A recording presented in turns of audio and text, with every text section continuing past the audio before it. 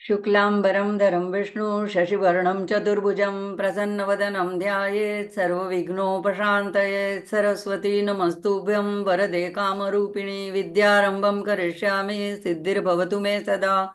गुरुर्ब्रह्मा गुरुर्विष्णु गुरुर्देवो महेश्वरा गुरुर्साक्षात् परब्रह्म तस्मै श्रीगुरवे नमः।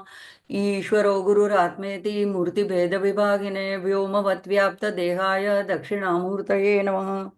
माँ को आह्वान करते हैं।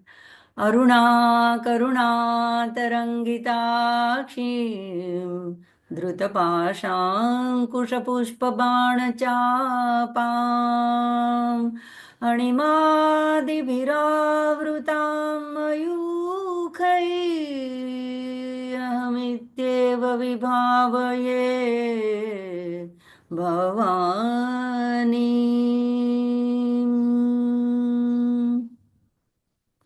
आप सभी नर्मदा प्रेमी साधकों के हृदय में विराजमान आद्य शक्ति जगदम्बिका माँ ललितांबिका महात्रिपुर सुंदरी को कोटि कोटि प्रणाम, बड़ों को वंदन, सभी को जय श्री कृष्ण और नर्मदे हर।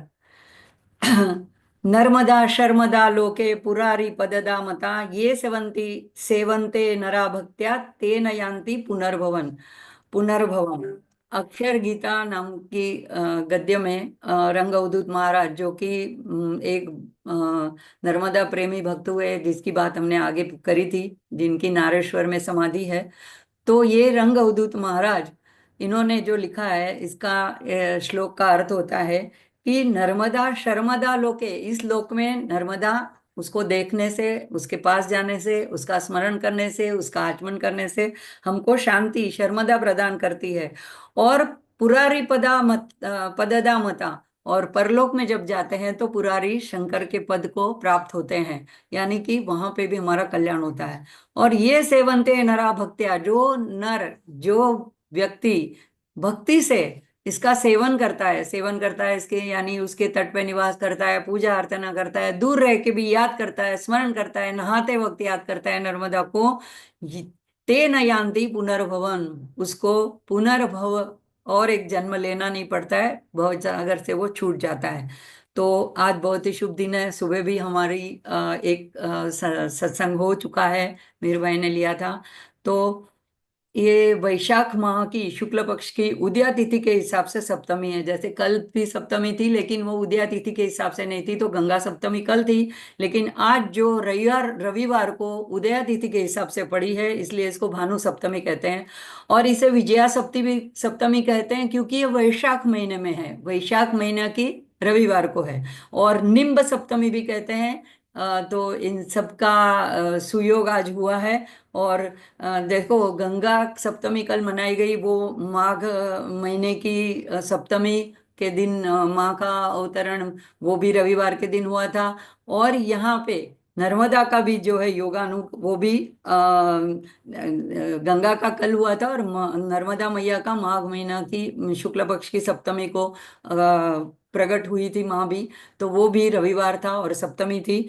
तो ऐसा जो आज का शुभ योग है, और भानु सप्तमी तिथि है, खास करके ये वैशाख माह की, तो इसमें महापातक नाशिनी बताया गया है। तो दोनों तरफ से फायदा है आज के दिन का। एक तो आज के दिन का ऐसा महत्व है कि उपवास करो, जप तप स्नान दान जो भी करो, तो उससे बहुत पुण्य, अक्षय पुण्य, 10 लाख गुना पुण्य ऐसे बोलते हैं, जो सूर्य ग्रहण के समय करने से होता है उस प्रकार का पुण्य प्राप्त होता है। और दूसरा कि पापों का नाश होता है। तो एक तरफ से पापों का नाश होता है, दूसरी तरफ से पुण्यों, अक्षय पुण्य, जो कभी खत्म न होने वाले का पुण्य को हम प्राप्त करते हैं आज के दिन। तो भविष्य पुराण में युधिष्ठिर और कृष्ण के संवाद में भी आता है, युधिष्ठिर जी पूछते हैं प्रश्न, तो भगवान उत्तर देते हैं, शुक्ल पक्षस्य सप्तम्याम यदादित्य दिनम भवेत। आदित्य दिन यानी रविवार को अगर पड़ती है शुक्ल पक्ष की सप्तमी, सप्ती विजया नाम तत्र दत्तम महत् फलम, तो वो महान फल देने वाली बनती है। स्नानम दानम तपो होम उपवास तथैव च सर्वम विजय सप्तम्याम महापातक नाशम। तो आज के दिन अभी भी और आधा दिन बाकी है। जितना भी नाम स्मरण हो सके वो करो। अगर आपकी जितनी भी भगवान ने आपको सामर्थ्य दिया है, तो कुछ ना कुछ दान, तांबे की दे सकते हो तो और अधिक अच्छा है, लेकिन लाल रंग का गुड़ है, गेहूं है, कोई भी आपके घर में काम करने वाले, आपके आस पड़ोस में जो ऐसे कोई जरूरतमंद है, उनको आप कुछ ना कुछ अन्न दान जरूर करें। ऐसे सुंदर अवसर पर हम नर्मदा मैया की महिमा गान करते हुए अपनी परिक्रमा में हम आगे चलते हैं। वैसे आज मुझे नर्मदा सहस्त्र नाम के बारे में आपको बताना था। कुछ कारणवश इसकी मेरे पास जैसी चाहिए थी वैसी पीडीएफ नहीं आ सकी है। तो ये नर्मदा सहस्त्र नाम हम अगले बार लेंगे। बहुत सुंदर और बहुत अलौकिक ऐसा स्तोत्र है नर्मदा मैया का, जो परिक्रमावासी होते हैं तो जब नर्मदा मैया की आरती गाते हैं, नर्मदा अष्टकम स्तोत्र बोलते हैं, तो साथ में नर्मदा का ये सहस्त्र नाम नर्मदा के तट पर बैठकर बोलना और मानसिक पूजन करना, माँ को सिर्फ भाव से अर्पण करना। और ये स्तोत्र शिवजी ने पार्वती जी को बताया है। तो इसकी चर्चा हम अगले सत्र में करेंगे। आज हम अभी आगे चलते हैं, और विंध्यवासिनी बीजासन माता के मंदिर तक हम परिक्रमा कर चुके थे। दोपहर का वक्त था, और हम उस दिन हमें दोपहर की भोजन प्रसादी कहीं प्राप्त नहीं हुई, और हम सीधे ब्रह्मांड घाट, अपभ्रंश से उसको बरमान घाट अभी बोला जाता है, उस ब्रह्मा की तपस्थली की ओर हम आगे बढ़ गए। तो हम कुछ देखते हैं। रास्ते में क्या हुआ कि पहले एक फ्लाईओवर आया, और फ्लाईओवर से नीचे से जाएं या कैसे जाएं, आगे जाएं, राइट टर्न ले, ये हमारी समझ में नहीं आया। तो हमने एक तरफ गाड़ी खड़ी करी, और ऐसे हाईवे पे इतनी ज्यादा दुकानें भी नहीं होती, तो कॉर्नर पर एक जो ऐसे रिपेयरिंग वगैरह की शॉप होती है, थोड़ी गैरेज टाइप की, ऐसी एक छोटी सी टपरी जैसी दुकान थी। मैंने नीचे उतर के उस भाई से पूछा, उन्होंने बोर्ड भी देखा, हाँ नर्मदा परिक्रमा कर रहे हैं। तो मैंने कहा कि भैया आगे हमें बरमान घाट जाना है, हम कहाँ से जाएं, नीचे से जाएं ऊपर जैसे जाएं।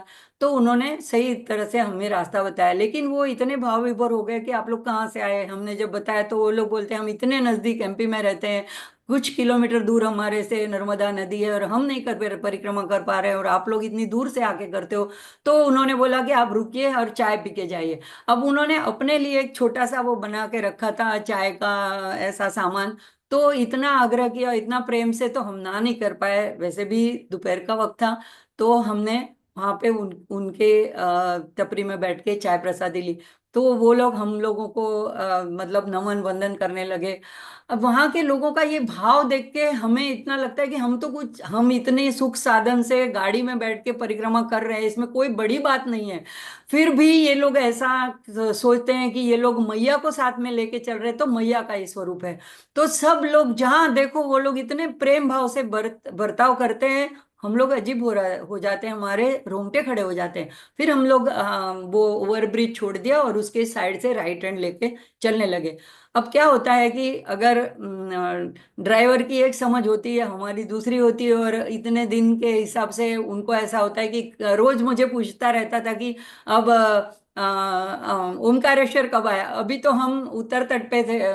ओमकारेश्वर बहुत दूर की बात थी, पहले तो हमें अमरकंटक पहुंचना था। तो वो इतनी जल्दी स्पीड में चलाता था कि कहीं मुड़ना होता था तो वो रुकता नहीं था। इसमें से हमारा एक जो बरमान घाट की तरफ जाने का टर्न था वो चूक गए हम। और हम मैं देख रही हूँ कि अभी तो नजदीक बता रहा था गूगल में, और अभी और बहुत डिस्टेंस बता रहा है। मतलब क्या बात है? तो फिर हम एक जगह फिर रुके। अब देखो, हाईवे के पास में इतनी कोई ज्यादा दुकानें वगैरह होती नहीं है, एक छोटा सा ढाबा था। अच्छा, वहां पे एक गाड़ी भी खड़ी थी और कुछ लोग भी बैठे हुए थे, तो वहां पे उतर के मैंने उनसे पूछा। तो वो लोग भी आश्चर्यचकित, बोले कि वो तो पीछे टर्न निकल गया, कोई बात नहीं। फिर हमने कहा ठीक है, अभी नेक्स्ट हमें जाना था सप्तधारा। तो वो बरमान घाट से 2 किलोमीटर दूर था, और वहां पे हरिहर आश्रम में हमें शाम को रुकना था। तो उन्होंने कहा आप बहुत ठीक जगह पे आपने गाड़ी को रोका है। अगर सीधे चले जाते तो मैया पार हो जाती, वो ब्रिज आपको नहीं चढ़ना है। आप राइट साइड से छोटा रास्ता गांव की ओर जा रहा है, उससे जाइए। और बहुत आगे जाने के बाद एक पुराना पुल आएगा, वो पुल आने से बहुत पहले आप गाड़ी स्लो कर देना, और पुल शुरू होने से राइट में ही आप टर्न करोगे तो हरिहर आश्रम है। तो मतलब मैया देखो कैसे मदद करती है, और किन किन लोगों के द्वारा मदद। अब वो जो वहां पे परिवार बैठा था, उसकी भी एक कहानी अजब है, वो हम आगे देखेंगे। अब वो लोग हमारी बातें सुन रहे थे। वो साउथ के लोग थे, और वहां पे वो लोग भी चाय पीने के लिए वहां रुके हुए थे उस ढाबे पे। और हम तो तुरंत पूछ करके चले गए। और जैसे उन्होंने बताया था पुराना पुल आया, उसके तुरंत पहले मैंने कहा भैया स्लो करो, स्लो करो, स्लो करो, कहीं हमें पुल पर नहीं चढ़ जाए। और राइट साइड में हम गए तो वहीं पे वो सप्तधारा, नर्मदा मैया की 7 धारा है, और वो घाट के पास में हरिहर आश्रम में हम पहुंच गए। अब मुझे तो बर्मन घाट देखना ही देखना था। तो फिर मैंने कहा कि मैया को तो हम उल्टा तो नहीं जा सकते, तो मैया को हमने आश्रम में, वहां पे हमने उन लोगों को बताया कि हमको ज्योति दीदी ने खास आपके आश्रम में भेजा है। जब जहाँ पे भी ज्योति दीदी का नाम बोलो ना, लोग इतने वो हो जाते थे कि भावुक हो जाते थे, और बोलते थे अच्छा अच्छा। और इतनी अच्छी तरह से हमारी व्यवस्था करते थे। हम दो ही लेडीज थे, तो हम लोगों को उन्होंने आसन बताया कि यहाँ पे आप आसन लगा लो। तो हमने वहां पे अपना सामान रख दिया, थोड़ा सा खाली जरूरत पूरता सामान साथ में लेके मैया को वहीं रख दिया, और हम फिर गाड़ी लेके 2 ही किलोमीटर थे तो हम पीछे बरमान घाट चले गए। तो अब हम देखते हैं बरमान घाट। इसको वैसे तो कहते हैं ब्रह्मांड घाट, लेकिन अपभ्रंश हो करके अब उसको बरमान घाट वहाँ के लोग बुलाते हैं। तो ये ऐसे ब्रह्मा जी की तपस्थली मानी जाती है यहाँ पे। बहुत पूर्व काल में ब्रह्मा जी ने सृष्टि की रचना करने से पहले यहाँ पे तप किया था, ऐसा पुराणों में कथन है। ये जो सामने दिख रहा है वो द्वीप है। मैया यहाँ 2 धाराओं में बहती है, तो दोनों धारा आगे जाके मिलती है, तो बीच में एक द्वीप बन जाता है। उस द्वीप के ऊपर है दीपेश्वर महादेव का मंदिर, और एक सामने जो है 51 फीट ऐसी प्रतिमा है। तो हनुमान जी की, ये आगे से हम देखते हैं तो ऐसी बहुत बड़ी हनुमान जी की प्रतिमा है। अब हम परिक्रमा में हैं, तो यहाँ पे हम मैया को पार करके नहीं जा सकते। वैसे नाव से भी जाया जाता है, और वैसे पुल भी बना हुआ है, तो लोग वहां पे दर्शन करने जाते हैं। और यहाँ पे हनुमान जी का मंदिर है, इसके साथ में दीपेश्वर महादेव का मंदिर है। तो अंदर बहुत सुंदर ऐसी महादेव की मूर्ति है। ये बरमान घाट में मकर संक्रांति से लेकर के बसंत पंचमी तक बहुत दिनों तक, 10-15 दिनों तक मेला लगता है, और बहुत देखने लायक होता है। गांव गांव से लोग आते हैं, कई लोग वहां पे अपना स्टॉल भी लगाते हैं और देखने के लिए भी जाते हैं। तो ये हर साल बहुत बड़ा आयोजन होता है। तो ऐसी इसकी प्रख्याति है। अब यहाँ पे हमने स्नान किया, और मैया का पूजन तो आश्रम में जाके करना था, लेकिन सामने जो मैया थी प्रत्यक्ष, उसका पूजन किया। और फिर सूर्यास्त होते होते हम वहाँ पे बड़ा राम जी का मंदिर है, बड़े राम बोलते हैं उसको, उसमें दर्शन किए। और घाट पे जो मंदिर थे उनके दर्शन किए, और फिर हम वापस निकल गए। तो ये ऐसे सामने के घाट से अगर देखो तो बरमान घाट इस तरह से दिखता है। बीच में मैया बहती है, तो हम उस तरफ थे। इसके दोनों तटों पे मंदिरें हैं, तो ये हम अभी जो चल रहे हैं वो हम उत्तर तट में चल रहे हैं, लेकिन दक्षिण तट जो ओमकारेश्वर से जब निकलते हैं तो वहां पे एक जैसे यहाँ पे हमने देखा था पिछले परिक्रमा में पीछे की श्वेत वारा कल्प बोला जाता है, श्वेत वारा का भी विस्तार बोला जाता है, तो वहां पे उसका मंदिर है। तो इस तरफ सामने की तरफ दक्षिण तट पे ऐसे श्याम वरा का मंदिर है, और महल भी है रानी का, और वहां पे ब्रह्मा जी की तपस्थली भी है। लेकिन ये हम अभी चल रहे हैं उत्तर तट पे। तो यहाँ से जब हम निकले तो फिर हरिहर आश्रम में हम चले गए शाम को, और वहां पे संध्या की आरती वगैरह की। वहां पे राम जी का मंदिर है, हरिहर आश्रम। आपको लगेगा आश्रम, आश्रम मतलब क्या, तो एक खुला जैसी खुली जगह है, उसके ऊपर उबड़ खाबड़ पत्थर की वो फर्श बनी है, मतलब फर्श नहीं है, उसके ऊपर एक चादर बिछा दी गई है, और तीन तरफ से मोटे कपड़े या प्लास्टिक से बना के ऊपर एक छप्पर रख के जो बना दिया, उसी को आश्रम बोलते हैं। तो कभी कभी मैया बहुत अच्छे आश्रम में भी रुकाती है, और कभी ऐसा आश्रम भी होता है आगे से पूरा खुला। और वहीं पे सब लोग और भी परिक्रमावासी थे, उन्होंने भी अपने आसन लगाए थे। तो हम थोड़ा अचरज में पड़ गए, सामने मैया का तट है, इतनी ठंडी हवा चल रही है, फरवरी का महीना है, हम रात कैसे काटेंगे। लेकिन जो सबसे अच्छी बात थी वहां पे, वो वहां के जो कर्मचारी गण थे, जो सेवादार थे, वो इतने प्रेमळ थे, इतने आदर से और इतने आतिथ्य भाव से हमें पेश आते थे कि हमें फिर लगा कि नहीं, ज्योति दीदी ने हमें सही जगह पे भेजा है। फिर वहां पे जो मंदिर था राम जी का, अभी नवनिर्माण चल रहा था, उसकी आरती हुई।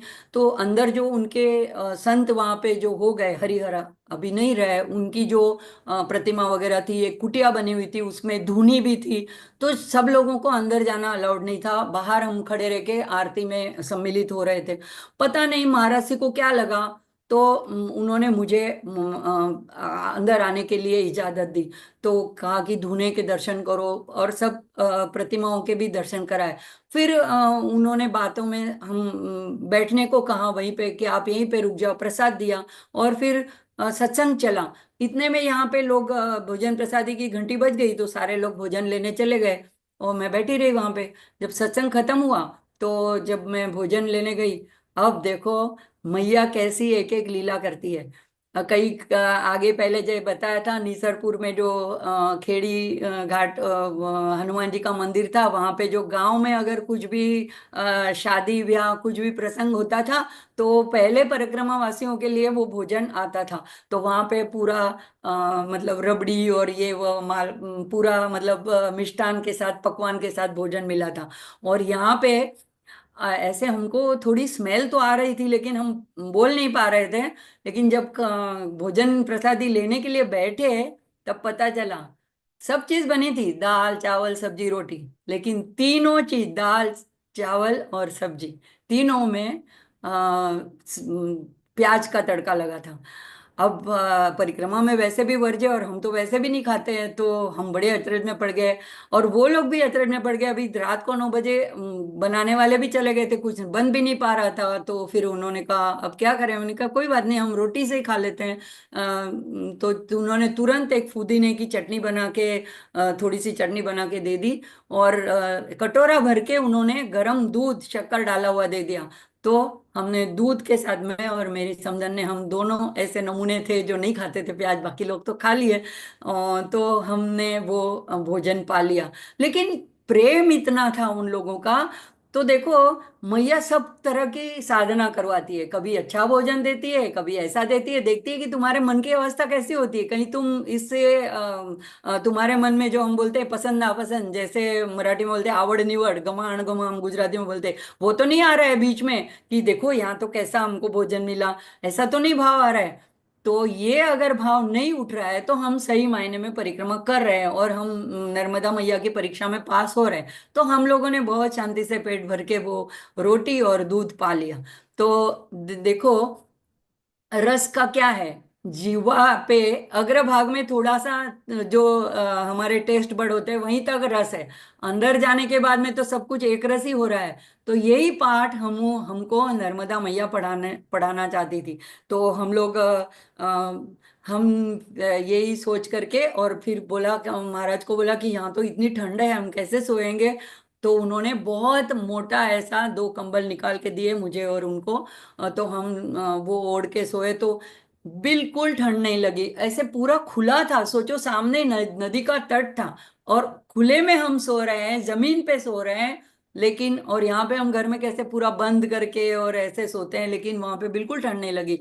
और परिक्रमा की मजा एक होती है और कि वहां पे 4 बजे सुबह ब्रह्म मुहूर्त में अपने आप आंख खुल जाती है, आपके नींद पूरी हो जाती है, आपको ऐसे नहीं लगता कि और हमें सोना है। तो ऐसे हम जग गए। और सत्तधारा घाट नजदीक ही था, लेकिन हम अगर वहां जाते तो हमें आगे जो जबलपुर तक जाना था और आगे अमरकंटक तक, तो हम नहीं पहुंच पाते। इसलिए हम उस घाट पे फिर नहीं गए उतर के देखने के लिए। तो नजदीक था, फिर भी हम नहीं जा पाए। लेकिन कुछ पिक्चर्स मैंने नेट से लिए हैं, तो ये हम देख सकते हैं।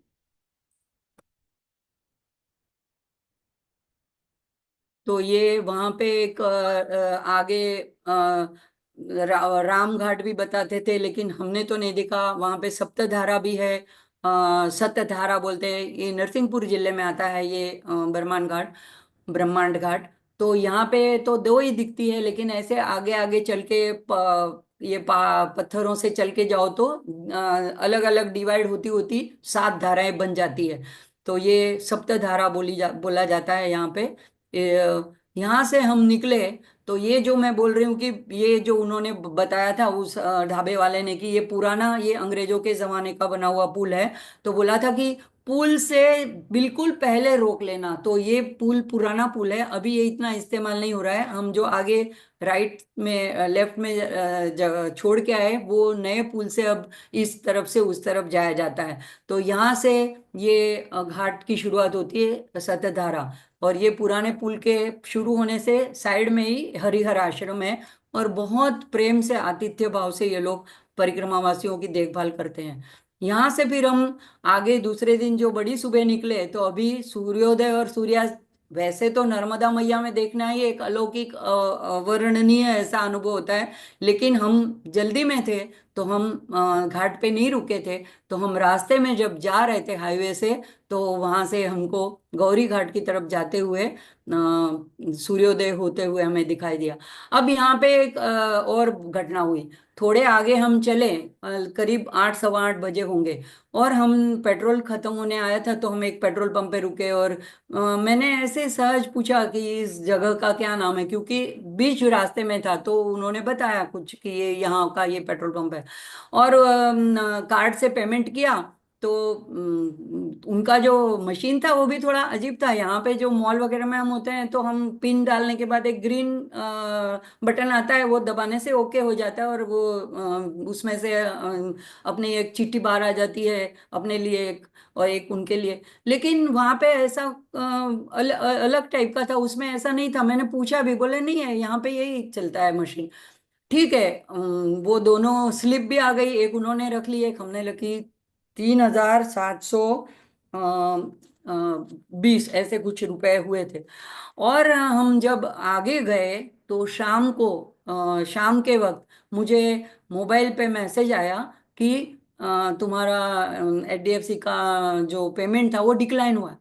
अरे बाप रे! अभी मैं तो इतनी चिंता में पड़ गई कि हम वैसे भी परिक्रमा करके भी उसी रास्ते से तो लौटने वाले ही नहीं थे, और किसी तरह से हम अभी परिक्रमा छोड़ के भी पीछे जा नहीं सकते थे।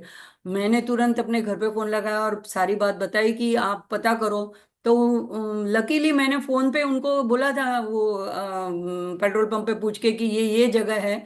तो अभी मुझे याद नहीं है। तो उन्होंने गूगल मैप में सर्च करके, पेट्रोल पंप सर्च करके, उसके कौन ऑनर है, अनिल कपूर कोई था, उनसे बात करी और कहा कि भैया ये आपका HDFC में से हमारा पेमेंट डिक्लाइन हुआ है, तो अब हम आपको फोन पे करेंगे। वो आदमी तो एकदम आश्चर्यचकित रहेगा कि ऐसा तो कोई नहीं करता। लेकिन हम परिक्रमा में हैं और हमारे पे तो बहुत बड़ी चिंता थी कि हम उनके पैसे से डलवाया हुआ पेट्रोल, हम पैसे भी नहीं उनको पहुंचे, हम कैसे आगे जाएंगे। तो मैया ने हमको बचा लिया कि उसका फोन नंबर मिल गया, उस आदमी का पता मिल गया, और हम रात होते होते पहले से मैं उनको पेमेंट कर दी। अब यहाँ पे आगे जो हमें जाना था, तो ग्वारी घाट आना था। और इसको भी, ये भी, इसका भी नाम अपभ्रंश हो गया है। इसको बोलते हैं गौरी घाट। गौरी यानी पार्वती ने यहाँ पे तप किया था। देखो, सारे देवी देवताओं ने नर्मदा के तट पे, ब्रह्मा जी ने, शिव जी ने, वो लमेटा घाट हम नहीं जा पाए थे। ये जबलपुर आते आते, ये जबलपुर में पड़ता है, वो नरसिंहपुर में पड़ा था बर्मन घाट। तो जबलपुर आते आते इतने सारे घाट पड़ते हैं कि सारे एक के बाद एक घाट आते रहते हैं, लेकिन तिलवारा घाट, लेकिन सरस्वती घाट। लेकिन हम भेड़ा घाट जाने के लिए अंदर गए भी, एक कई लोग बोलते हैं कि वहां से जाया जा सकता है, परिक्रमावासी जाते थे। लेकिन वहां के लोगों ने रोक लिया, कहा कि नहीं, यहाँ से ये बूढ़ी नर्मदा, हालांकि वो अभी प्रवाहित नहीं है, बोले ये लांग के आप नहीं जा सकते। तो हमें फिर वापस आना पड़ा, हाईवे पकड़ना पड़ा, और हम गौरी घाट आए। तो बीच में के लमेटा घाट वगैरह घाट हमारे छूट गए। तो गौरी घाट पे हम रुके, वहां पे भी हमने स्नान किया। और यहाँ पे विदेशी पक्षी इतने सारे हैं कि वहाँ पे पक्षियों का दाना भी वहीं के लोकल जो लोग होते हैं वो लोग दोने में बेचते हैं। तो वो आप डालो तो झुंड के झुंड आ जाते हैं, और इतनी उनकी किलबिलाहट होती है, और हमारे आस पास आ जाते हैं। तो देखने से बहुत अच्छा लगता है। तो ये सब वहाँ पे करके हम गौरी घाट में, सामने जो है गौरी घाट में, ये बीच में जो छोटा दिख रहा है वो नर्मदा मंदिर है। लेकिन परिक्रमा में हम वहां नहीं जा सकते, बोट से जाया जा सकता है। और वो नर्मदा मैया का जो मंदिर है, वो बारिश के टाइम में या ज्यादा पानी आने के टाइम पूर्णतः डूब जाता है, ये सारा घाट भी डूब जाता है पानी के अंदर। और सामने जो वाइट इमारत दिख रही है, वो ये है गुरुद्वारा, वो सामने के तट पे है। तो उसको बोलते हैं गौरी घाट साहिब। तो ये हर एक गुरुद्वारा को साहिब के नाम से जाना जाते हैं। जैसे महाप्रभु जी की होती तो बैठक जी बोलते हैं, इस तरह से। तो यहाँ पे कहते हैं कि नानक देव, संत शिरोमणि आए थे, और इसीलिए उनकी याद में इस गुरुद्वारा का नाम गौरी घाट साहिब रखा गया है। तो यहाँ, ये तो सामने के तट पे है, ये यहाँ से गौरी घाट से हम देख पाते हैं। गौरी घाट भी इतना लंबा है, इतना आगे तक है कि सारा अगर हम देखने जाए तो घंटे घंटों निकल जाते हैं। ऐसे ही जैसे महेश्वर घाट है। लेकिन हमें आगे आगे चलना है, तो हम ज्यादा रुक नहीं सकते हैं आगे। ये अगर हम नर्मदा मंदिर में जाते हैं और वहां से हम गौरी घाट का दृश्य देखते हैं, हालांकि ये सारे फोटोग्राफ्स मैंने नहीं निकाले हैं, मैंने तो बहुत कम फोटो निकाले हैं जो शिव जी के, शिवलिंग के वगैरह।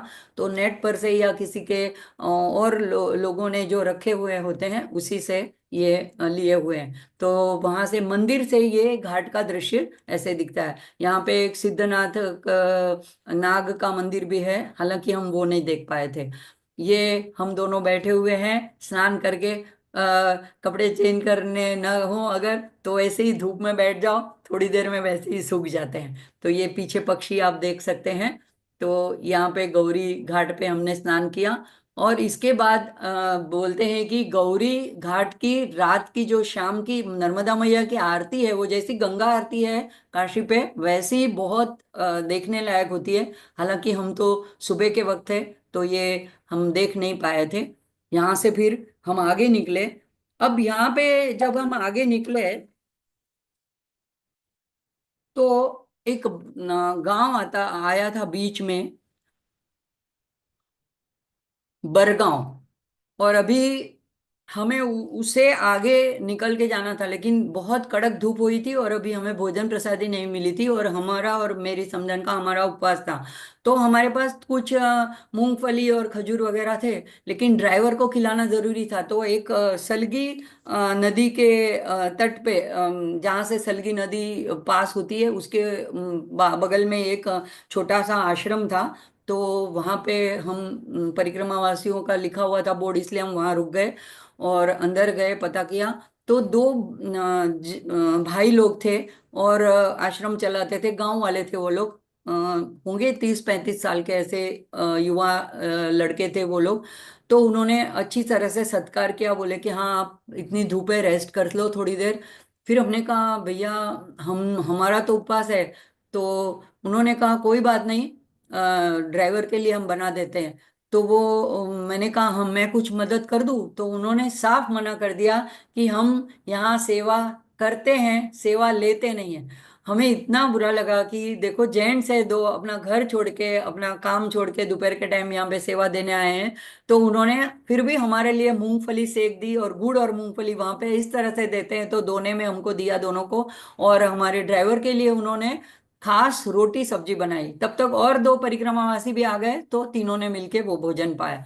तो देखो ऐसे अलग अलग छोटे छोटे गांव में ऐसी छोटी छोटी जगह, छोटा सा कमरे में भी वो लोग बोर्ड लगा देते हैं कि ऐसी बात नहीं है, रास्ते में चलते हुए भी कोई थक जाता है, किसी को पानी की जरूरत होती है, किसी को शौचालय की जरूरत पड़ती है। तो ऐसे छोटे छोटे आश्रम रास्ते में इतने सारे बने हैं, इसको बड़े आश्रम नहीं बोले जाते हैं, लेकिन गांव वाले आकर के ही अपना सेवा कार्य वहां पे करते हैं। एक छोटा सा किचन बना हुआ था और थोड़ी सी चीजें रखी थी, या तो कोई दौड़ के जाके आलू वगैरह लेके आता था और तुरंत सब्जी बना देता था।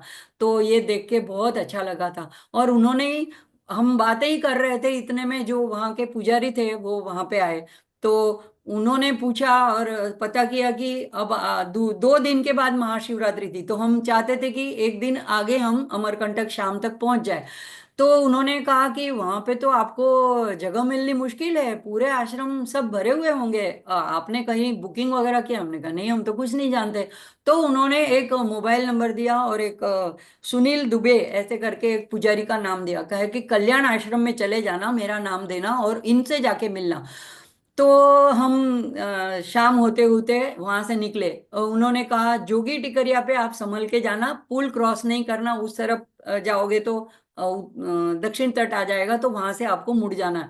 अब यहाँ से हमारी कसौटी शुरू हुई। हम जैसे ही आगे निकले, तो रास्ते में यही होता है कि हम किसी न किसी को पूछते पूछते जाते हैं।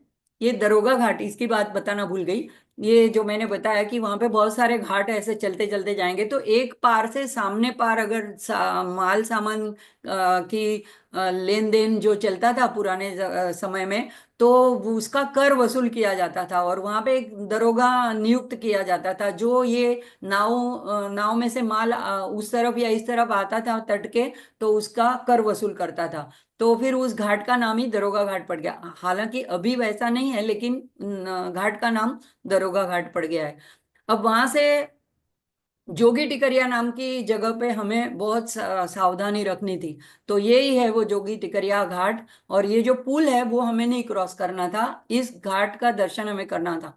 लेकिन हम लोगों ने इतने रास्ते में गूगल मैप एक दिखाता था और सब बोलते थे कि परिक्रमा में आप लोगों को, गांव के लोगों को पूछ करके ही आगे चलना। तो पूछते पूछते ये होता था कि ऐसा सुनसान रास्ता आता था कि वहां पे कोई नहीं मिलता था, हाईवे जैसा आ जाता था, या पूरी सड़क पे कोई गांव ही नहीं आता था। तो एक जगह पे, एक बस स्टॉप पे एक महिला खड़ी थी, उससे पूछा। अब उसने पता नहीं सुनने में गलती की या उसकी समझ कुछ और होगी, उसने ऐसा रास्ता बताया कि हम 25 किलोमीटर गलत रास्ते पे चले गए। वहां पे फिर देखते हैं कहीं तो जोगी टिकरिया का तो कोई नाम ही नहीं आ रहा है। फिर वहां पे रुके और गाड़ी रोक दी, और मैं उतर गई और हाईवे के बीच में जाके खड़ी रह गई कि कोई भी अगर आता है तो हाथ करके रोक लें, क्योंकि पुरजोश में गाड़ियां पास हो जाती थी, तो कैसे हम किसी को रोके और पूछे। तो स्कूटर पे दो लोग आ रहे थे, मैंने हाथ किया, वो लोग रुके। फिर उनसे हमें पूछा तो बोले नहीं, आप तो ये गलत रास्ते पे आ गए हो, ये आपने अभी इतने किलोमीटर पीछे जाके फिर उन्होंने सही रास्ता बताया। तो ऐसे करके हम ये जोगी टिकरिया का घाट तो हम नहीं देख पाए, लेकिन फिर हमें रास्ता तो सही मिल गया। तो ये जोगी टिकरिया का दूसरों ने लिया हुआ चित्र है कि वहां पे से भी सूर्यास्त बहुत अच्छा दिखता है। तो हम बहुत जल्दी अगर पहुंच जाते हैं अमरकंटक, लेकिन ये चक्कर की वजह से तो मैया कभी कभी आपको ऐसे घुमाती भी है। और तभी भी आपकी मन की स्वस्थता बनी रहती है, आप चिढ़ते नहीं हो, ना अपने आप पर, ना ड्राइवर पे, ना लोगों पे। यही एक साधना है कि आप अपने मन का समतोल ऐसे रखते हो। कोई बात नहीं, मैया इस तरह से हमें कोई चक्कर मार के कोई और शिक्षा देना चाहती थी, कोई और समझाना चाहती थी, ऐसे करके निकल जाते हैं। फिर हम आगे चलते हैं तो शिवाला घाट आता है। और ये हम बहुत मतलब हम नर्मदा मैया से अभी बहुत दूर थे, तो बहुत सारा गांव के बीच में छोटे कच्चे रास्ते से होकर के जाना पड़ा। अगर आप परिक्रमा वाहन से करते हो और यहाँ नहीं जाओगे तो भी कोई बात नहीं, हम तो गए लेकिन बहुत समय भी बर्बाद हुआ और रास्ते भी बहुत कच्चे और खराब थे।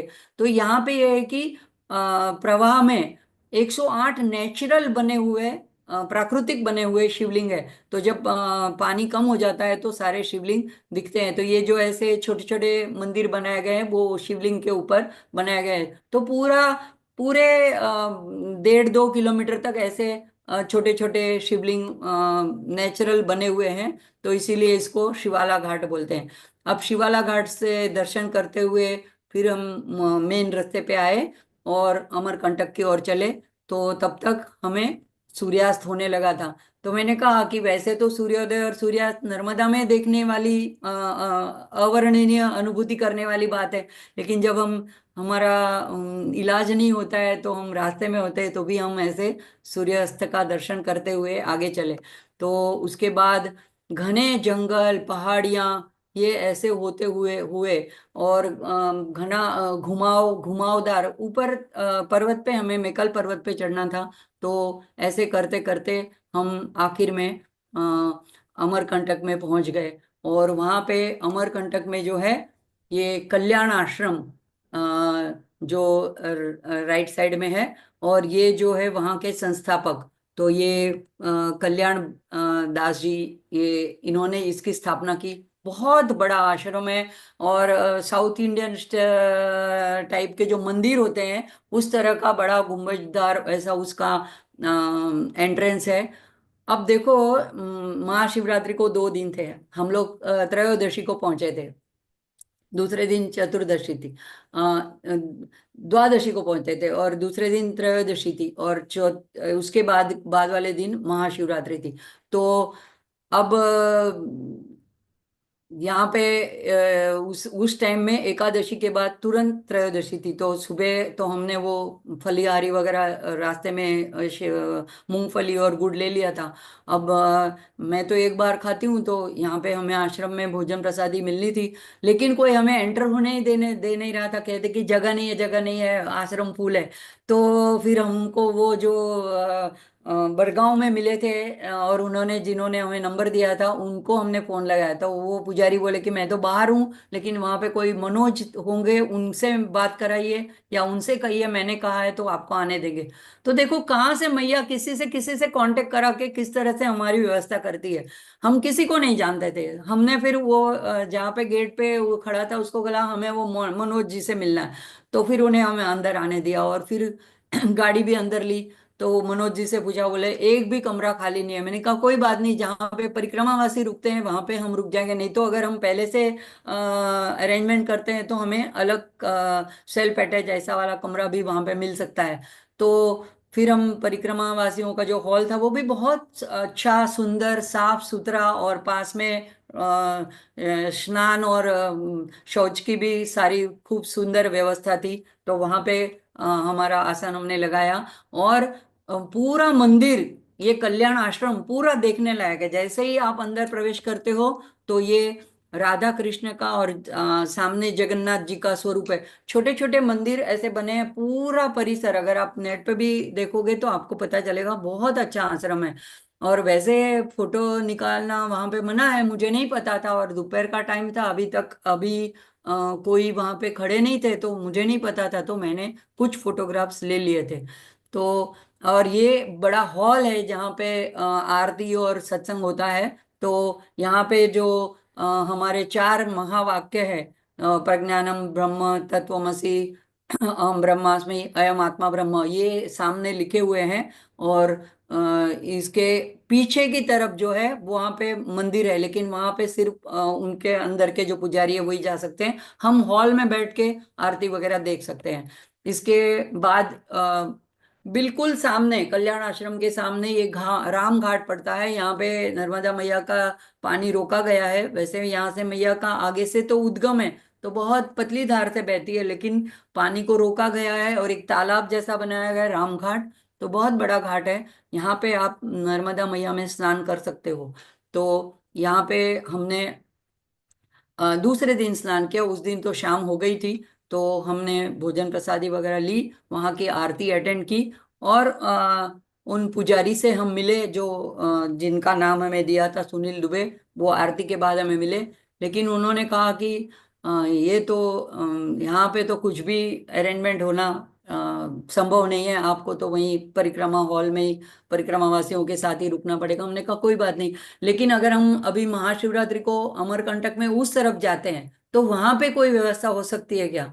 उन्होंने बोला महाशिवरात्रि साहब जहां देखोगे वहां लोगों के डेरे पड़े हैं, सारी रात लोग जागेंगे, भजन करेंगे, आपको कहीं पे भी रात को विश्राम करने के लिए जगह नहीं मिलेगी।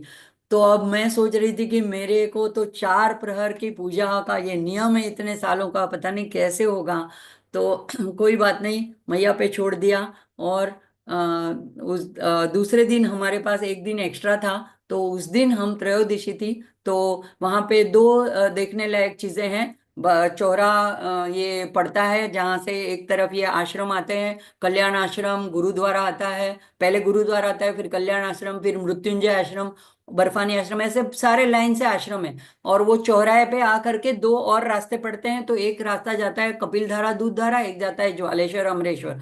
तो दूसरे दिन हम वहां जाने के लिए मतलब बनाया कि वो परसों हमें हमारे जो तट परिवर्तन करना था वो महाशिवरात्रि के दिन करना था, इसलिए हम एक दिन वहां पे ये देखने के लिए भी वैसे जल्दी रुक गए। तो फिर वहां पे गुरुद्वारा, मैंने कहा यहाँ पे भी गुरुद्वारा में भी भोजन की बहुत अच्छी व्यवस्था होती है। तो कई लोग क्या करते हैं, ये मुझे बड़ा अजीब भी लगा था। परिक्रमावासी जो सच्चे परिक्रमा करने वाले वो तो थे, लेकिन कई कई लोग क्या करते हैं, ऐसे सफेद वस्त्र धारण कर लेते हैं, थोड़ा सा ऐसे कमंडल वगैरह ले लेते हैं और ऐसे घूमने आ जाते हैं पति पत्नी। और फिर आज दो 2 दिन से ज्यादा नहीं रुकने देते, तो एक दिन एक आश्रम में रुकते हैं, 2 दिन, 2 दिन दूसरे आश्रम में आसपास में घूम लेते हैं, और भोजन प्रसादी तो कहीं पे भी पा लेते हैं। तो अगर फिर एक दूसरे से पूछते हैं वहां पे क्या था खाने में, यहाँ पे जलेबी थी, वहां पे क्या था, तो फिर हमें पूछते हैं। हमने कहा भाई हम कहीं नहीं गए, हम यहीं थे। तो ये ऐसी थोड़ी अजीब क्या बोलते हैं, हंसने वाली बात भी होती है कि लोग ऐसे भी आ जाते हैं, और आश्रम वाले भी जानते हैं, फिर भी थोड़ा अनदेखा करते हैं। कोई बात नहीं, बड़े उम्र के लोग हैं, आते हैं 2 दिन रहते हैं परिक्रमावासी बोल करके, फिर चले जाते हैं। फिर दूसरे दिन जो हम चले तो कपिल धारा की ओर चले, सुबह में ही निकल गए थे। तो ये ऐसे जंगलों से गुजरता हुआ रास्ता जाता है कपिल धारा के लिए। और मुड़ता हुआ जाता है, बहुत सुहावना ऐसा। और बड़े बड़े ऐसे वृक्ष है, तो अमरकंटक के जंगल में से होते हुए हमें जाना है। जो लोग पैदल परिक्रमावासी आते हैं, वो लोग आते आते अमरकंटक आते आते पहले उनको ये दर्शन हो जाते हैं, मतलब कपिलधारा दूधधारा, और बाद में वो लोग अमरकंटक पहुंचते हैं। लेकिन हम मैया से बहुत दूर थे, हम सड़क मार्ग से आए, इसलिए हम दूसरे रास्ते से पहले हम अमरकंटक आए, और हम दूसरे दिन ये देखने के लिए बाय रोड चले गए। तो इसके बाद में ऐसा बड़ा गेट आता है कपिल धारा लिखा हुआ। उसके इसी रास्ते से आगे दूध धारा भी है। कपिल धारा है, ये कपिल मुनि की तपस्थली है। कपिल मुनि ने यहाँ तपस्या की थी। और दूध धारा है, या दुधारा कहते हैं, वहां पे महर्षि दुर्वासा ने तपश्चर्या की थी। तो ये गेट से हम जब अंदर एंटर होते हैं, तो ऐसा जैसे क्या बोलते हैं, जंगल जैसा। और अभी सुबह हो ही रही थी, ऐसा नजारा था। और सामने जो पेड़ों के बीच में से दिख रही है ऐसी मैया, बिल्कुल पतली सी धार। अगर आपको पता ना हो तो आप एक मतलब छलांग लगा के कूद भी जाओ, इतनी पतली धारा में वहां पे मैया का बाल स्वरूप दिखता है। और ये जो रास्ता है, तो हम जो परिक्रमावासी है उनको वो जो आगे जंगल मार्ग था, तो 2 किलोमीटर का रास्ता हमें वो पगडंडी से पार करना है जिससे मैया क्रॉस ना हो। और जो लोग वाहन से आते हैं और जो लोग परिक्रमा नहीं करते हैं तो वो लोग सामने वाली रोड से आ सकते हैं, और जो पुल दिख रहा है वो पुल से इस तरफ मैया को क्रॉस करके आ सकते हैं।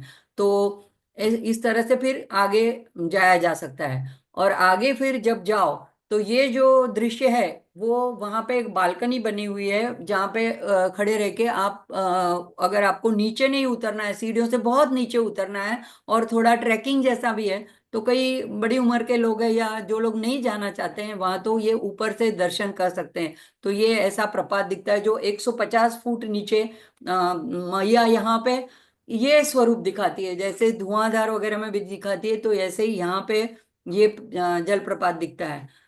फिर ऐसे ही इस तरफ से जो लेफ्ट साइड से थोड़ा प्रपात दिख रहा है, और नीचे ऐसे पानी नीला रंग का दिखता है, बहुत सुंदर सुहावना दृश्य होता है। ये सारा ऊपर से लिया हुआ है।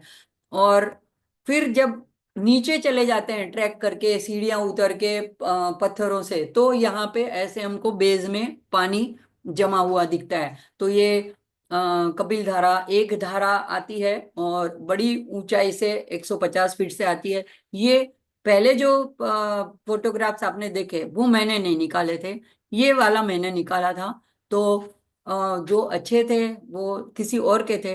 हम अपने कभी एक दो फोटो ऐसे निकाल लेते थे।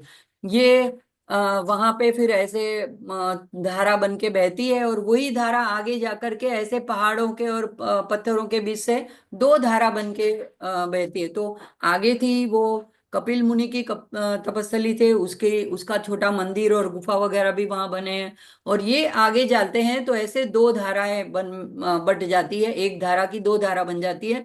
तो यहाँ पे और उसका रंग जो फेस इतने होते हैं तो दूध जैसे दिखता है, सफेद रंग का पानी। तो इसीलिए इसको दूध धारा भी बोलते हैं और दो धारा भी बोलते हैं। तो ये ऐसी यहाँ पे गुफा, ये मैंने फोटोग्राफ नहीं लिया है, ये जिन्होंने लिया उस वक्त ये बंद था, लेकिन हम जब गए तब ये गुफा खुली थी, अंदर महंत भी बैठे थे।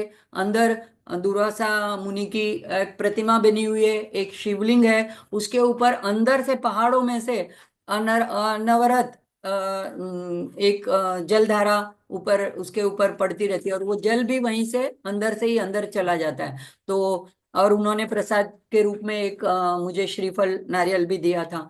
और अंदर मैया का भी एक मंदिर है गुफा के अंदर। तो यहाँ पे बैठ के दुर्वासा मुनि, ये उनकी प्रतिमा ऐसे बनी है, इसके बाजू में ये एक शिवलिंग बना हुआ था। तो ये उनकी तपस्थली है। अब रास्ते में जब हम वापस आए थे तो वहां पे ज्योति दीदी ने बताया था कि एक संत है नर्मदा माई, 100 से भी ज्यादा साल होंगे। ये अभी सोई हुई है, कभी कभी आंखें खोलती थी और बातें करती थी। हर बार उनका वो जो कमरा था वो बंद भी रहता है, कई बार हम थे गए थे तब वो खुला था। हम उनके चरणों में बैठे, उनसे बातें की। जैसे ही मैंने मोबाइल निकाला तो उन्होंने आंख बंद कर दी।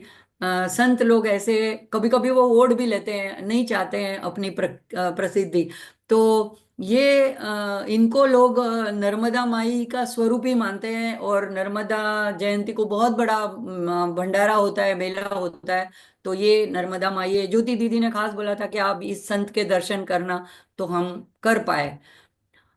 फिर वापस चौराहे पे आए और फिर दूसरी दिशा में ज्वालेश्वर धाम के लिए निकले।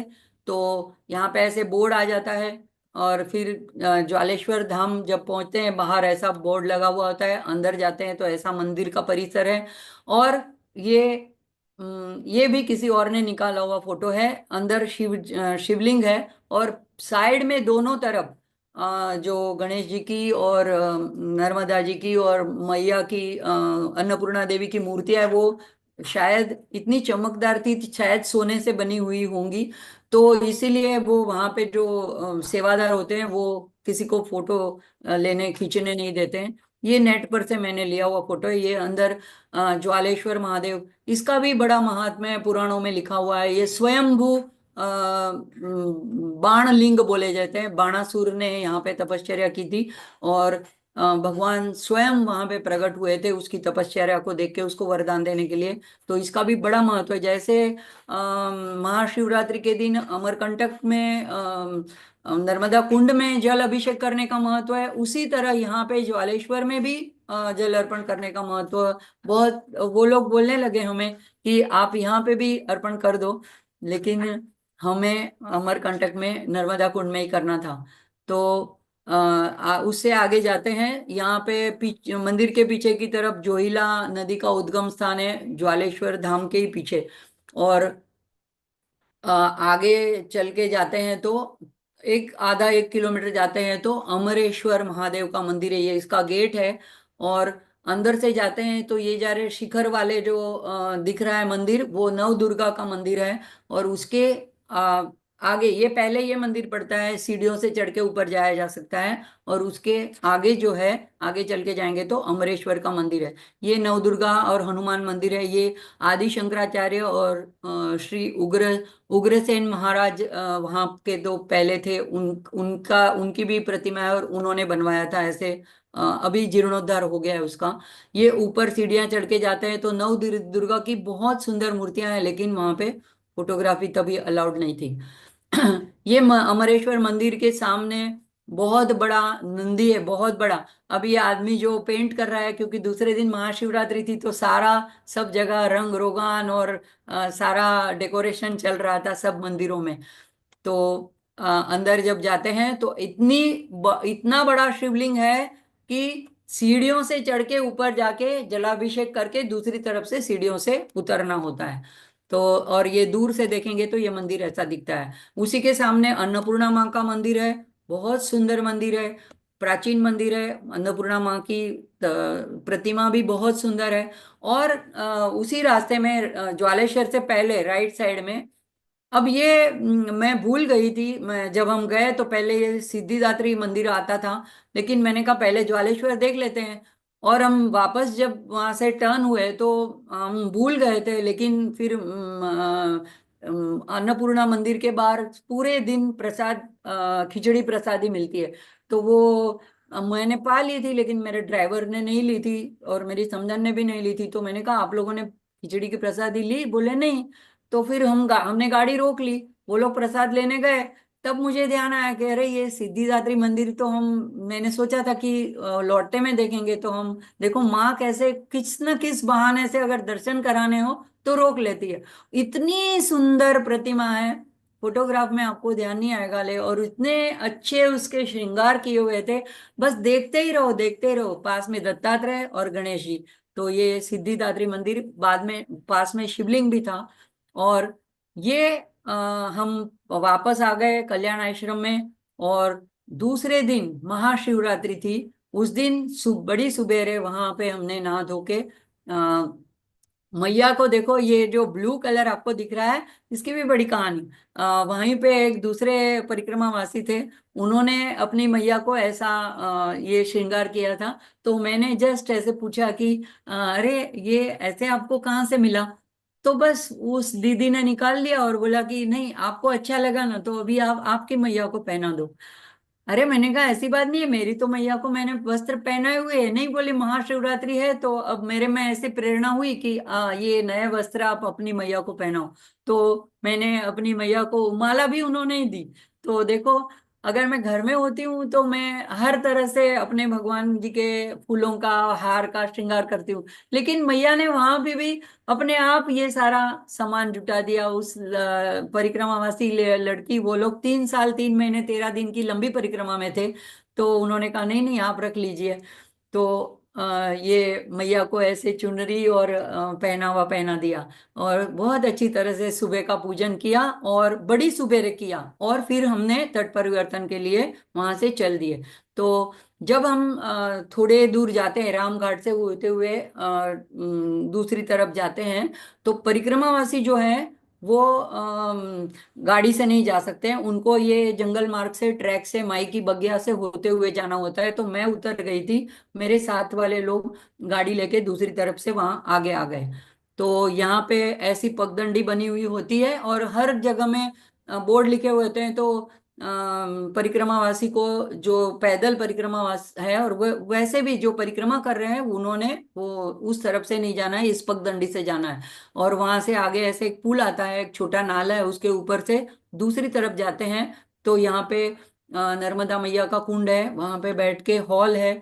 कई ब्राह्मण लोग वहां पे पूजन करवाते हैं। उस दिन तो इतना मेला लगा था और सारे बस वाले आए थे, तो एक साथ में 100-150 लोगों का पूजन चल रहा था माइक पे। तो मैं एक कोना देखकर अपना शांति से, हम तो खुद ही ब्राह्मण हैं, तो अपना मैया का पूजन और अर्चन मैंने खुद ही शांति से कर लिया। फिर मेरे पास में एक दूसरी परिक्रमावासी लेडी थी। मैंने कहा मुझे याद रहे इसलिए एक फोटोग्राफ आप मेरा खींच दीजिए।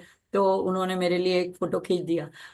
यहाँ पे सामने जो दिख रहा है, तो वहां पे पुजारी जी जो अर्चन कर रहे हैं, तो ये परिक्रमावासी देख रहे हो आप, वो लोग वो कुंड में अपने पास की जो मैया होती है उसका जल आधा अर्पण करते हैं और आधा उस कुंड कुंड का वो पुजारी बाल्टी में निकाल के देता है, तो हम उसमें अपने मैया में मिला देते हैं। और वो ले जा करके फिर जब ओमकारेश्वर में जाएंगे, तब हमरे ओमकारेश्वर और ममलेश्वर में दोनों जगह में आधा आधा हमें अर्पण कर देना होता है, तब हमारा परिक्रमा पूरी पूर्ण समाप्त होती है। यहाँ पे अभी हमारा आधा हो गया, यहाँ पे तट परिवर्तन हो गया। तो यहाँ से जब ये अभी पुजारी जो झुका हुआ है, ये गुलाबी और ब्लू वस्त्र पहने हुए, वो कुंड में से पानी निकाल रहा है और सामने नर्मदा मैया की प्रतिमा है। तो यहाँ से फिर हमने आगे जाना है, तो शोण नदी का उद्गम है, वो बहुत सारी सीढ़ियां उतर के जाना होता है। वो भी शोण नदी का उद्गम भी हमने देखा। और उसे आगे जाते हैं तो ऐसा श्री यंत्र का मंदिर बना हुआ है। तो ये बाहर से उसका गेट है, 4 मूर्तियां हैं जिसमें महालक्ष्मी, महासरस्वती, महाकाली और चौथी जो है भुवनेश्वरी। तो किसी एक तरफ से देखेंगे तो 3 फेस दिखते हैं, चौथा पीछे पीछे की तरफ है। और ये मंदिर मुझे लगता है 1996 से कुछ बनना शुरू हुआ है, अभी तक पूरा नहीं हुआ है। क्यों? क्योंकि ये सिर्फ खास मुहूर्त पर, जब गुरु पुष्यामृत योग होता है उसी मुहूर्त में 10-15 दिन, जितना जितने दिन वो मुहूर्त रहेगा, उसी मुहूर्त में इसका कार्य आगे चलता है। बाद में कार्य बंद रहता है। तो पूरा मंदिर पूरा शास्त्रोक्त विधि से बन रहा है, रीति से बन रहा है। और इसके सामने मंदिर के अंदर प्रवेश करेंगे तो ये दोनों मूर्तियों के सिर्फ हम दर्शन कर सकते हैं। और ऐसे ऊपर से भी चढ़ाई से चढ़ के एक आश्रम आता है। तो ज्योति दीदी ने उस आश्रम में जाने के लिए हमें बोला था, छोटू लाल भैया से मिलने के लिए। तो उस ऊंचाई पे से हमने ये दृश्य देखते हैं, तो ये ऐसे मंदिर दिखता है। ये सिर्फ प्रवेश द्वार है। पूरा जो मंदिर है वो ऐसा है। इसमें सारी योगिनियां हैं जो श्री यंत्र चक्र में आती है, और ये पूरा बीच में मेरू है। तो ये श्री यंत्र का मेरू मंदिर भीतर से ऐसा है, अभी बन रहा है, सारी मूर्तियां अभी कार्विंग हो रही है और लाल पत्थर से बहुत सुंदर बन रहा है। लेकिन ये खास मुहूर्त में ही बनता है। जैसे श्री यंत्र जो है वो खास नक्षत्र में और खास घड़ी में ही बनाया जाता है। कोई भी कभी भी श्री यंत्र ड्रॉ कर दे और अपने पत्रे में प्लेट में बना दे, ऐसे नहीं बनता है। तो विधि से, शास्त्रोक्त विधि से बनता है। तो ये मंदिर भी उसी तरह शास्त्रोक्त विधि से बन रहा है। तो ये जैसे आप दोनों भी देखेंगे कि ये प्रवेश द्वार है और ये मेरू है। तो ये पूरा ऐसे मंदिर है। तो इस तरह से ये श्री यंत्र मंदिर है। और बाद में अमरकंटक के जो वहां पे मंदिरों का समूह है, तो हम दक्षिण तट पे आ गए। और वहां पे ये, इस कुंड में स्नान नहीं करना है, यहाँ पे सिर्फ आचमन लेना है। बाहर इंद्र कुंड में आप स्नान कर सकते हो, लेकिन यहाँ पे स्नान वर्ज्य है, सिर्फ हमें आचमन लेना है। तो यहाँ पे मैया का उद्गम है, एक छोटी सी धारा में मैया यहाँ पे प्रकट हुई है गौमुख से। लेकिन वो हमको किसी ने तभी बताया नहीं, हमें ज्ञात नहीं था। तो हम जब कल्याण आश्रम में थे तो हम इसी मंदिर में 2 भाग पढ़ते हैं, जमीन पे ऐसे लाइन ड्रॉ की है। तो आधा जो हिस्सा है वो उत्तर तट में पड़ता है, आधा दक्षिण तट में पड़ता है। तो अगर हम उस तरफ से जाते तो हम मैया के उद्गम मंदिर का और मैया के मंदिर का दर्शन कर पाते थे। लेकिन हम अभी तट परिवर्तन करके इस तरफ आ गए हैं, तो हम वहां नहीं जा सकते। तो वो लाइन ड्रॉ करी हुई होती, उससे हम उस तरफ नहीं जा सकते हैं। तो मुझे लगता है हम आज की यात्रा परिक्रमा की यहीं पे रोक लेते हैं। और अब इसके बाद महाशिवरात्रि की रात्रि में जो मेरा रात्रि का प्रहर में पूजन करने का इतने सालों का नियम है, वो मैया कैसे पूरा करवाती है, ये हम अगले सत्र में देखेंगे। और मैया की बड़ी कृपा मेरे पे हुई, इसकी बात हम अगले सत्र में करेंगे। आज यहीं पे हम परिक्रमा को विश्राम देते हैं। वो छोटू लाल जी ने भी, उसके आश्रम में जाने से उन्होंने भी हमको फलीहारी प्रसादी बना दी थी, बट पोटैटो चिप्स और मूंगफली भून के दी थी। और अमरकंटक के मंदिर में भी किसी ने साबूदाने की ऐसी खीर बनाई थी, तो वो प्रसादी भी दी थी।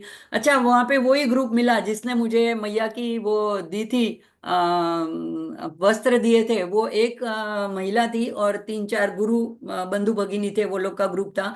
उनकी बड़ी लंबी परिक्रमा 3 साल वाली थी। तो उन लोगों के पास कैश खत्म हो गए, और अभी वो लोग बोलने लगे कि आपके फोन पे से आप मुझे दे दीजिए, मैं फोन से दे दूं। मैं बोला ये सब तो मुझे करना नहीं आता है। अब उनकी इतनी दिक्कत हुई कि उनको कन्या पूजन करना था, लेकिन उनके पास कैश पैसे नहीं थे, और वहाँ कहीं पे भी ऐसी बैंक की और ये भुनाने की सुविधा नहीं थी। तब मुझे मैया ने ऐसे एक प्रेरणा करी, तो हम किसी को भी दक्षिणा दे सकते हैं, वो लोग भी सहर्ष स्वीकार कर सकते हैं। तो वो पांचों जनों को तभी मैंने अपने तरफ से परिक्रमावासी समझ के दक्षिणा दी, और उनका वो कार्य आगे हो सका। तो वो लोग इतने खुश हुए। देखो, एक बार अगले दिन सुबह ही, उसी सुबह वो लोग तो चल के आए, हम तो गाड़ी से वहां तक आए थे। उन्होंने मुझे वो वस्त्र दिए थे मेरी मैया को, और कैसे एक नाता जुड़ जाता है उनसे। तो मेरे से उनका एक कार्य करवाना था, तो मैया ने मुझे निमित्त किया, और उन मैंने उनको सबको दक्षिणा दी। तो बोले कि इतने आभारवश हो गए कि आज का हमारा यहाँ का कन्या पूजन का इससे काम हो जाएगा। तो ऐसे देखो, मैया एक दूसरे को मिलाती है, एक दूसरे के कार्य सिद्ध कराती है, और मेरा भी कार्य आगे सिद्ध कराया, अगले सत्र में देखेंगे। आप सबका आभार, मीर भाई का आभार। हालांकि मैं जानती हूँ बहुत लोग इसमें इतने इंटरेस्टिंग नहीं होते हैं, लेकिन फिर भी जितने लोग नर्मदा प्रेमी हाजिर रहते हैं, सबका मैं आभार मानती हूँ कि आप लोगों की प्रेरणा से मैं आगे अपनी बात बता पाती हूँ। और जागृति बहन का खास आभार कि ये सारे फोटोग्राफ्स कलेक्ट करके उसको क्रम में रखने के लिए वो मेरी बहुत मदद करती है, पावर पॉइंट प्रेजेंटेशन बना देती है। तो सबकी आभारी हूँ, मैया की भी आभारी हूँ। ओम पूर्णमद पूर्णमिदं पूर्णात् पूर्णमुदच्यते पूर्णस्य पूर्णमादाय पूर्णमेवावशिष्यते। ओम सहनाववतु सहनौ भुनक्तु सह वीर्यं करवावहै तेजस्विनावधीतमस्तु मा विद्विषावहै। ओम शांति शांति शांति। हरि ओम श्री गुरुभ्यो नमः। हरि ओम। 3 बार बोलेंगे। नर्मदे हर, नर्मदे नर्मदे हर, नर्मदे हर। नर्मदे हर। बहुत बहुत धन्यवाद चेतना बहन को। जैसे उन्होंने तो यह परिक्रमा की, लेकिन हम सभी घर बैठ करके यह दिव्य मानसी परिक्रमा जैसे नर्मदा की हो रही हो, ऐसा ही भाव है कि घर में बैठे हैं, लेकिन एक एक तीर्थ और इतना, अगर जब वहां जाए तो ये तो हमारी सौभाग्य की बात है, लेकिन फिर भी यहाँ रह करके भी एक एक तीर्थ की इतनी डिटेल में जानकारी, किस तरह से जाया जाता है, किस प्रकार का अनुभव है, वो हमें घर बैठे प्राप्त हो रहा है। तो ये माँ नर्मदा की कृपा है।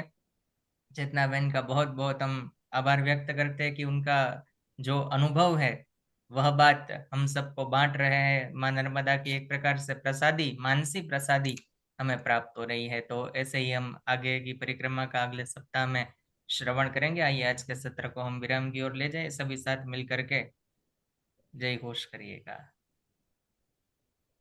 नर्मदे हर नर्मदे हर हर नर्मदे हर नर्मदे हर हर नर्मदे नर्मदे हर हर नर्मदे हर नर्मदे नमः हर पार्वती पतये हर हर हर हर। हर